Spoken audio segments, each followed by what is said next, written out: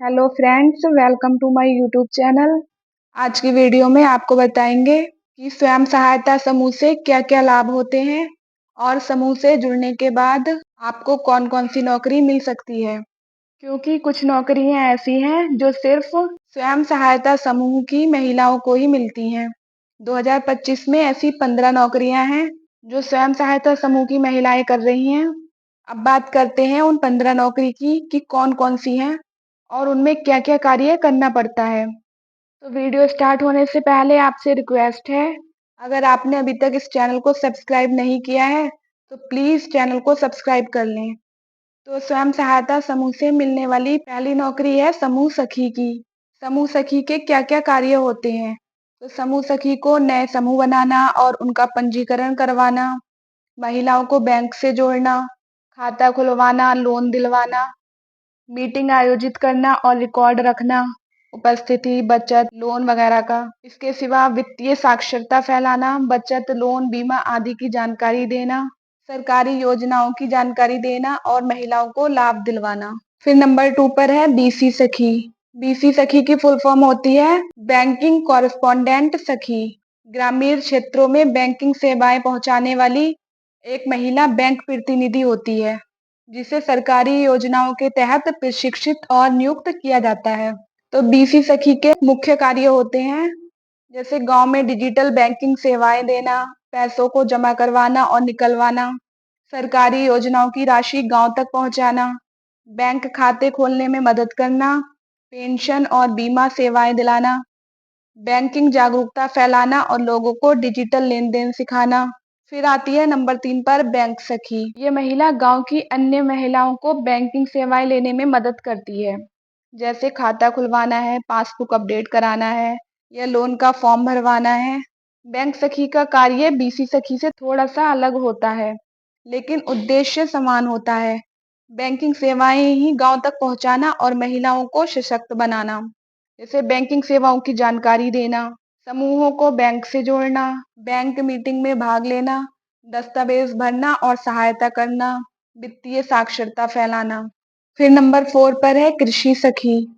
कृषि सखी का कार्य होता है कि उन्नत कृषि तकनीकों की जानकारी देना, समूह की महिलाओं को कृषि व्यवसाय से जोड़ना, जैविक खेती और प्राकृतिक खेती को बढ़ावा देना, बीज चयन, खाद, कीट नियंत्रण और सिंचाई की जानकारी देना, गांव में कृषि प्रशिक्षण कार्यक्रमों का आयोजन करना। फिर है नेक्स्ट पशु सखी। पशु सखी वह प्रशिक्षित ग्रामीण महिला होती है जो स्वयं सहायता समूह की सदस्य होते हुए अपने समुदाय में पशुपालन से संबंधित सेवाएं जैसे प्राथमिक उपचार, टीकाकरण, पोषण, प्रबंधन, प्रजनन सहायता एवं पशुओं की देखभाल आदि कार्य करती है। फिर है नेक्स्ट विद्युत सखी। विद्युत सखी के कार्य बिजली बिल जमा करवाना डिजिटल माध्यम से, मीटर रीडिंग लेना और रिपोर्ट करना, बिजली उपभोक्ताओं को जानकारी देना, सरकारी योजनाओं की जैसे सौभाग्य योजना है, ग्रामीण विद्युतीकरण योजना है और शिकायत दर्ज करना, जैसे कहीं कोई ट्रांसफार्मर खराब हो जाए तो ऐसी समस्याएं संबंधित विभाग तक पहुंचाना, डिजिटल भुगतान में मदद करना, जैसे मोबाइल ऐप से बिल भुगतान करना सिखाना। फिर है नेक्स्ट मनरेगा महिला मेट की।